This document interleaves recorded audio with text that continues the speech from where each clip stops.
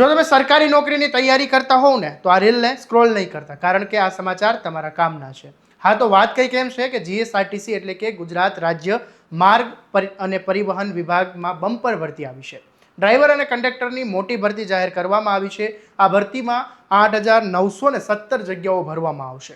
જાહેર થયેલી વિગતો પ્રમાણે 4,318 કંડક્ટર અને 4,599 ડ્રાઈવરની જગ્યા માટે ભરતી પ્રક્રિયા હાથ ધરવામાં આવશે.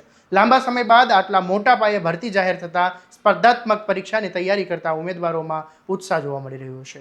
આ મામલે વાહન વ્યવહાર અને નાયબ મુખ્યમંત્રી હર્ષ સંઘવીએ પણ ટ્વીટ કરીને માહિતી આપી છે. અને હવે સૌથી મોટી વાત એ કે આ ભરતીનું ફોર્મ ક્યાં ભરવું, કેવી રીતે ભરવું અને ક્યાં તારીખ સુધી આ અરજી કરી શકાશે. હા, તો આ પ્રશ્નનો જવાબ છે જીએસઆરટીસી દ્વારા આપવામાં આવેલી માહિતી અનુસાર ભરતી માટે ઓનલાઈન અરજી પ્રક્રિયા આજથી જ શરૂ કરવામાં આવી છે. રસ ધરાવતા ઉમેદવારોએ 5 જુલાઈ સુધી ઓનલાઈન ફોર્મ ભરી શકશે. સાથે જીએસઆરટીસીની વેબસાઇટ પર જઈને વધુ વિગતો ચકાસી શકશે.